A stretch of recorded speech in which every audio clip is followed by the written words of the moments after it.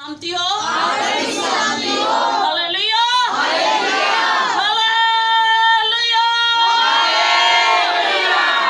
जोरदार तालियां के साथ जलाल के लिए, क्योंकि खुदावंद की कुदरत यहाँ पर मौजूद है कि अपने तारीफों को बदला दे। God bless you. सब तशरीफ रखें। काम की स्टडी करते हैं और एक एक रूह जान बदन तैयार है खुदा उनके कलाम के लिए, क्योंकि आज हमने अपनी जिंदगियों में जैसे हमने गीत गाया कि दिल दी जमीन ते इनू डूंगा जान दे, तो हम इसे गहरे में जाने देंगे तो ये फलदार साबित होगा। हम यहाँ पर मौजूद हैं, हमारी सोचें भी यहाँ पर मौजूद होनी चाहिए, हमारे कान भी यहाँ पर मौजूद होने चाहिए, तब खुदा हमें कलाम के इस बरकत देगा। आज का हमारा टॉपिक है आजमाइश। टॉपिक क्या है? आजमाइश। आज का हमारा टॉपिक है आजमाइश। और आजमाइश के हवाला से हम देखेंगे, बहुत से लोग कहते हैं कि साड़ियां तो आजमाइशां नहीं मुकदियां, ते जो मालिके कायनात ते आजमाइशां आ सकदियां ने ते असीं कौन आ? इसलिए मेरे चीजों आज का हमारा टॉपिक है आजमाइश। हम देखेंगे खुदा के जिंदगी बख्श कलाम में से मत्ती रसूल की मार्फत लिखी गई अंजील, और उसका हम देखेंगे 4 बाब, और उसकी हम पहली आयत से खुदा के जिंदगी बख्श कलाम में से पहली आयत से 11वीं आयत तक खुदा के कलाम में से पढ़ेंगे, और बेटी सोनिया पढ़ने में रहनुमाई करेगी। मसीह में आप सबकी सलामती हो। हम कलाम मुकद्दस में से नया अहदनामा मुकद्दस मत्ती की अंजील उसका 4 बाब उसकी पहली आयत से 11 आयत तक पढ़ेंगे। उस वक़्त रूह यीशु को जंगल में ले गया ताकि इब्लीस से आजमाया जाए, और 40 दिन और 40 रात फाका करके आखिर को उसको भूख लगी, और आजमाने वाले ने पास आकर उससे कहा, अगर तू खुदा का बेटा है तो फरमा कि ये पत्थर रोटियां बन जाए। उसने जवाब में कहा, लिखा है कि आदमी सिर्फ रोटी से ही जीता ना रहेगा, बल्कि हर बात से जो खुदा उनके मुंह से निकलती है। तब इब्लीस उसे मुकद्दस शहर में ले गया और हैकल के किंगरे पर खड़ा करके उससे कहा कि अगर तू खुदा का बेटा है तो अपने तेरी नीचे गिरा दे, क्योंकि लिखा है कि वो तेरी बाबत अपने फरिश्तों को हुक्म देगा कि वो तुझे अपने हाथों में उठा लेंगे, ऐसा ना हो कि तेरे पाँव को पत्थर से ठेस लगे। यीशु ने उससे कहा, यह भी लिखा है कि तू खुदावन अपने खुदा की आजमाइश ना कर। फिर इब्लीस उसे एक बहुत ऊंचे पहाड़ पर ले गया और दुनिया की सब सल्तनतें और उनकी शान और शौकत उसे दिखाई, और उससे कहा, अगर तू झुक कर मुझे सजदा करे तो ये सब कुछ तुझे दे दूंगा। यीशु ने उससे कहा, ऐ शैतान दूर हो, क्योंकि लिखा है कि तू खुदावन अपने खुदा को सजदा कर और सिर्फ उसी की इबादत कर। तब इब्लीस उसके पास से चला गया, और देखो फरिश्तों ने आकर उसकी खिदमत करने लगे। पाक कलाम का पढ़ा और सुना जाना हम सबों के लिए बाइस से बरकत हो। सब कहें आमीन। किसने इस कलाम को सुना है? बेटिया मेरे साथ साथ रहिएगा। जैसा कि हमने खुदावंद की जिंदगी बख्श कलाम में से पढ़ा है, हम देखेंगे कि आजमाइश जो है वो किस तरह जिंदगी में आती है और काम इब्लीस करता है। कुरान के कलाम में लिखा है, जो हमने मत्ती रसूल की मार्फत लिखी गई अंजील में से उसके 4 बाब में से पढ़ा है, लिखा है कि उस वक्त रूह यीशु को कहाँ ले गया? ताकि इब्लीस से आजमाया जाए। और कहा किसको? उस वक्त रूह यीशु को जंगल में ले गया। तो आज हम आजमाए जाते हैं तो कहते हैं कि आजमाइशां साडे लिए रह गई, वो आजमाइशां ते मालिके कायनात तो नहीं टलियां। हो सकता था कि उन पे आजमाइशें आए, हो सकता था ऐसा नहीं, लेकिन बाप ने अपने बेटे को इस जमीन पर भेजा ताकि वो हमारी निजात का वसीला बने। पहले लीजिए बेटी पहली आयत। उस वक्त रूह यीशु को जंगल में ले गया ताकि इब्लीस से आजमाया जाए, और 40 दिन और 40 रात फाका करके आखिर को उसको भूख लगी। मेरे सीजो 40 दिन और 40 रात फाका करके, क्योंकि यीशु अलैहि मसीह जो थे वो रूह जरूर थे, लेकिन उन्होंने इंसान के अंदर अपनी रूह को रखकर इंसानी सूरत इख्तियार की, और इंसान होने के नाते उनको भूख भी लगती थी, उनको प्यास भी लगती थी, उनको नींद भी आती थी, वो सांस भी लेते थे। और यही वजूद रखते हुए 40 दिन 40 रात फाका करके लिखा है कि आखिर को उसे भूख लगी। मेरे शिशो, इब्लीस आपको उस वक्त तक नहीं आजमाता है जब तक आपके अंदर किसी चीज की शिद्दत ना पड़ जाए। जब तक आप फ्रेश हैं रोजा रख के, जब तक आप हैप्पी हैं रोजा रख के, तब तक आपको कुछ भी नहीं होगा।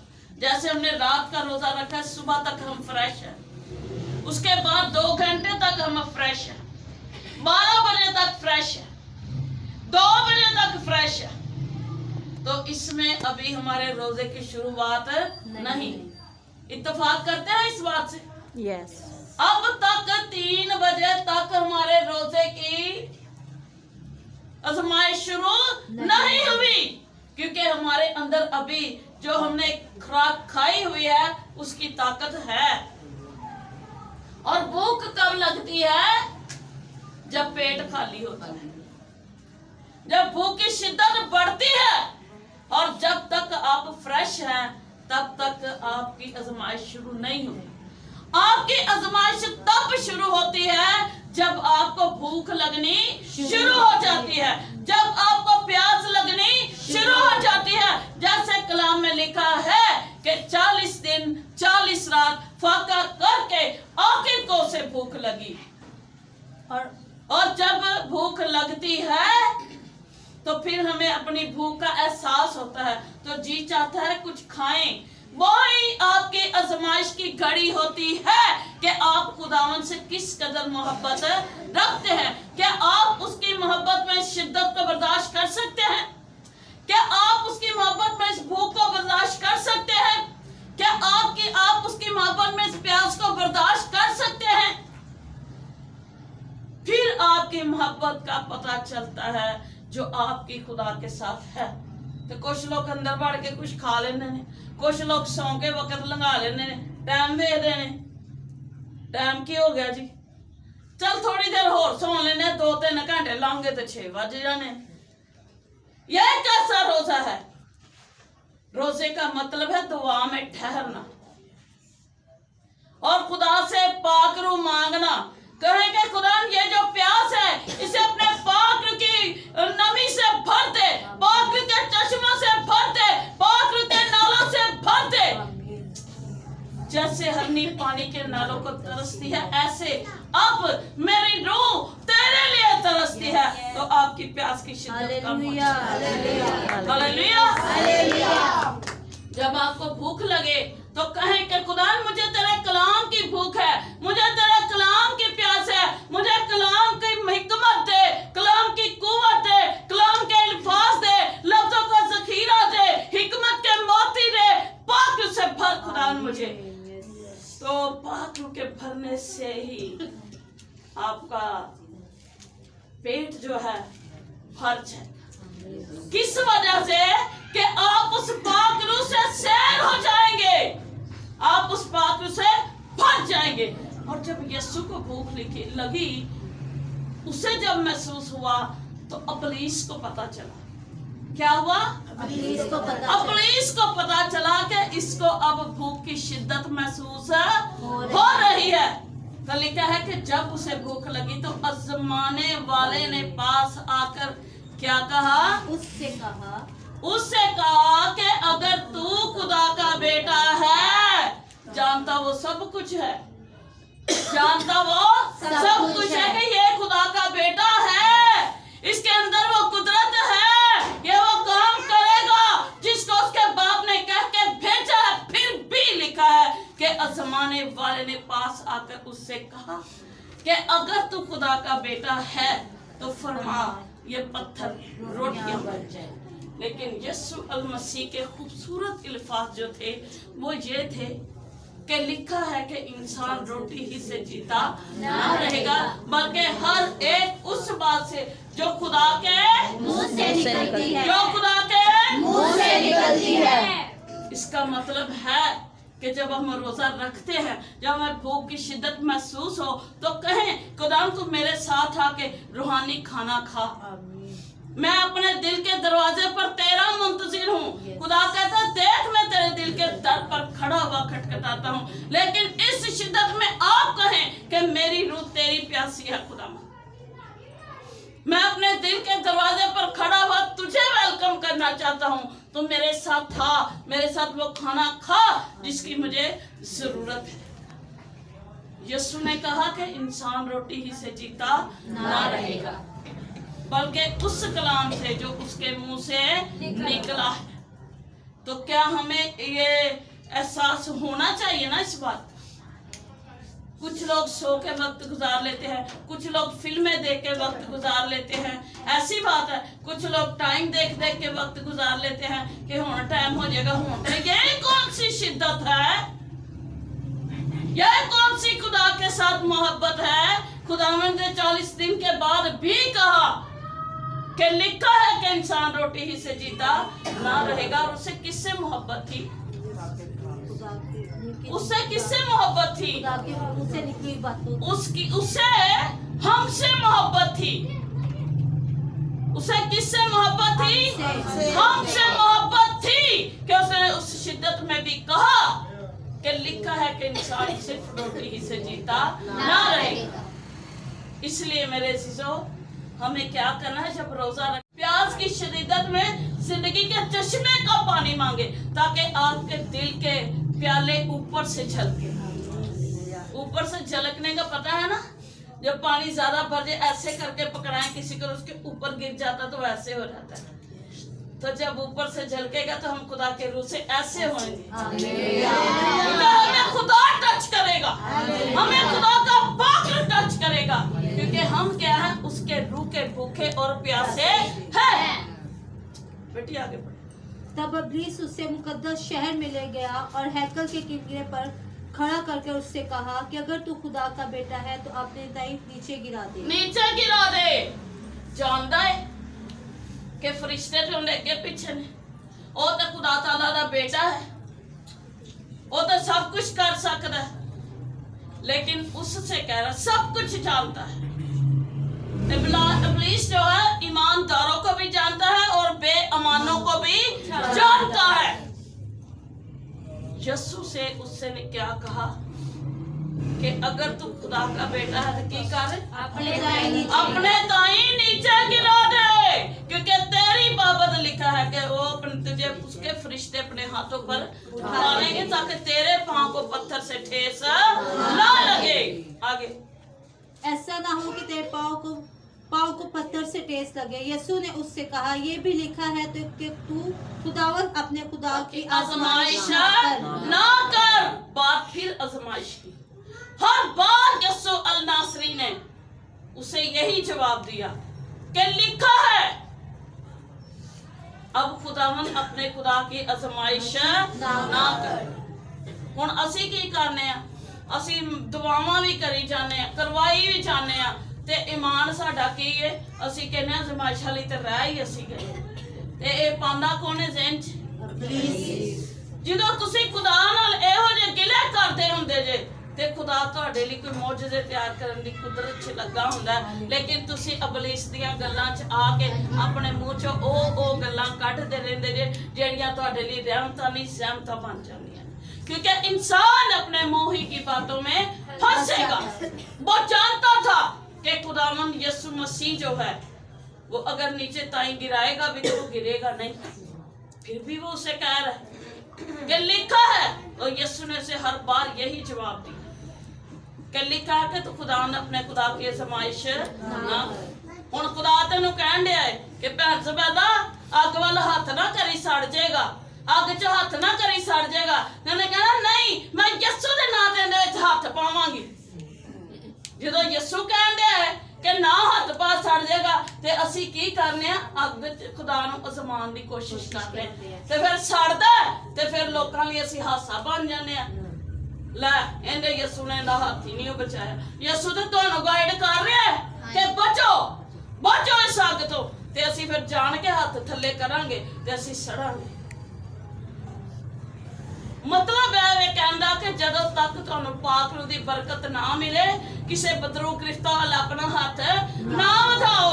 कलाम च लेके हाथ बढ़ाने में जल्दी ना कर। ए असी की करने, अपने खुदा नू अजमाने ते फिर असी की करने, असी कहने कि खुदा साडी सुनदा नहीं। खुदा तो सुनने के लिए तैयार है, वो किसी को नहीं आजमाता। हर शख्स अपनी ही ख्वाहिशों में खिंचकर फंस कर आजमाया जाता है, और ख्वाहिश हमला होकर गुनाह को जनती है, और गुनाह जब बढ़ चुका तो मौत पैदा करता है। आगे इतने खूबसूरत अल्फाज पौलुस रसूल कहते हैं कि ए भाइयों फरेब ना खाओ। हुण ओह ते कह रहे साडे घर ने किथे, साडियां रूह दीयां अखां किथे ने जिन्हां नाल असीं सोचना सलाहियत रखनी। ऐ भाइयों फरेब ना करो। असी फिर भी फरेब इहदे तो खाने, वो बड़ा वड्डा ढोंगी है, बड़ा वड्डा फरेबी है, किसी दे भी रूप जाके तुहाडी जिंदगी चो काम कर सकदा। फिर अबलीस उसे एक ऊंचे पहाड़ पर ले गया और दुनिया की सब सल्तनतें और उनकी शान शौकत दिखाई।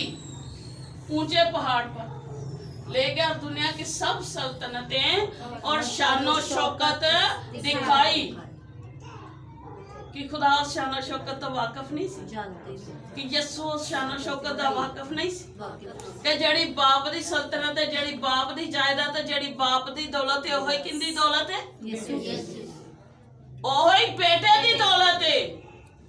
जेड़ी बाप दी दौलत है, जेड़ी बाप दी मिरास है, ओही बेटे दी मिरास है।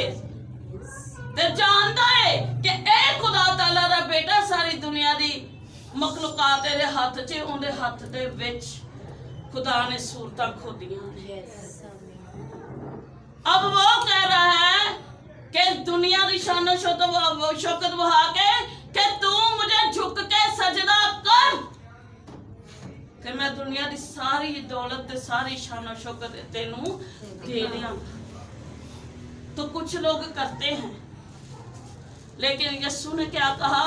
ऐ शैतान। कितने खूबसूरत अल्फाज है। कभी हमने ऐसा कहा कि ऐ शैतान दूर हो। ਅਸੀਂ ਕਹਿੰਦੇ ਅਸੀਂ ਤਾਂ ਸਗੋਂ ਜਿੰਨੀਆਂ ਦਵਾਵਾਂ ਕਰਨੇ ਪਲੀਜ਼ ਸਾਡੇ ਤੇ ਓਨਾ ਹੀ ਹੈਵੀ ਹੁੰਦਾ, ਤੇ ਜਦੋਂ ਮੈਂ ਦਵਾ ਨਹੀਂ ਨਾ ਕਰਦਾ ਉਦੋਂ ਅਸੀਂ ਸਹੀ ਹੋ ਜਾਣੇ। ਉਹ ਜਿਹੜੀ ਗੱਲ ਤੁਸੀਂ ਇਹ ਨਹੀਂ ਕਹਿ ਰਹੇ ਹੁੰਦੇ ਨਾ, ਤੁਹਾਡੇ ਇਰਦ ਗਿਰਦ ਅਬਲੀਸ ਦਾ ਪੈਰਾ ਹੁੰਦਾ, ਤੁਸੀਂ ਉਹਨੇ ਅੰਡਰ ਕੰਟਰੋਲ 'ਚ ਹੁੰਦੇ ਜੇ।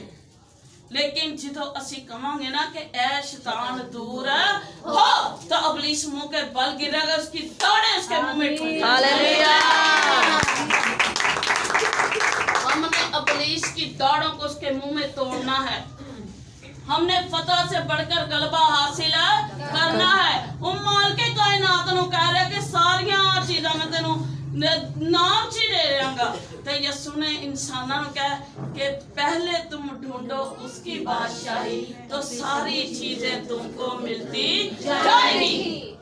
ते बादशाही सानू उदों लभनी है जो असी अपने दिलों कपड़ियां नू नहीं, दिलों नू चाक करके खुदा दी सूरी चाहांगे। जो असी अपना दिल अपने यीशु नू दांगे, जो असी अपने काम यीशु नू वहावांगे जेड़े ओ चाहंदा है। आजमाने वाले ने उसके पास आकर कहा कि अगर तू खुदा का बेटा है तो फरमा ये पत्थर रोटियां बन जाए।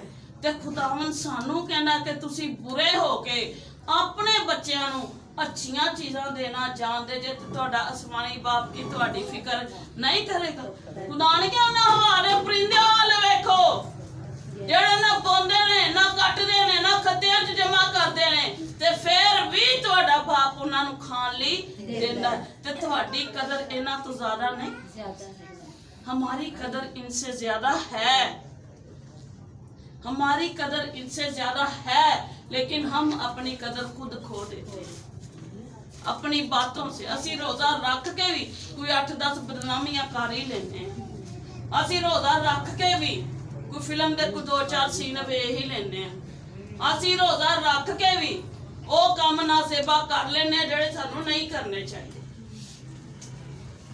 ਇਸ ਲਈ ਕਲਾਮ 'ਚ ਲਿਖਿਆ ਕਿ ਅਜ਼ਮਾਨ ਵਾਲਾ ਉਦੋਂ ਕੋਲ ਆਂਦਾ ਜੇ ਜਦੋਂ ਤੁਹਾਨੂੰ ਖੁਦਾ ਛੂਣ ਵਾਲਾ ਹੁੰਦਾ।